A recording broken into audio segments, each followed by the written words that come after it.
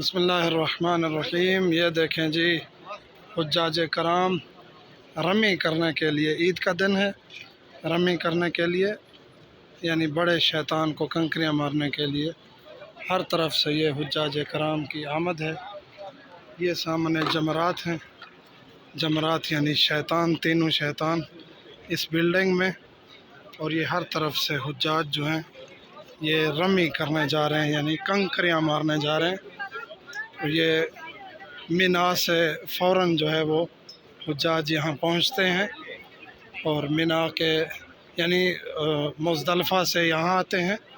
मिना में अपने ख़ैमों में सामान रखें, डायरेक्ट इधर आएँ, उनकी मर्ज़ी होती है। और ये मिना का ही मैदान है जिसमें ये जमरात है और यहाँ कंकरियाँ मारी जाती हैं। कंकरियों का मंज़र भी इंशाअल्लाह दिखाते हैं।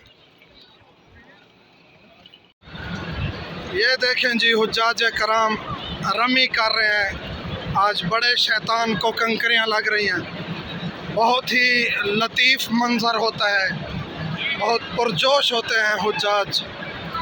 ये बड़ा शैतान है, कंकरियाँ लग रही हैं। इसी तरह कल और परसों यानी 11 और 12 ज़िलहज को फिर तीनों शैतानों को साथ साथ कंकरियाँ मारी जाएंगी।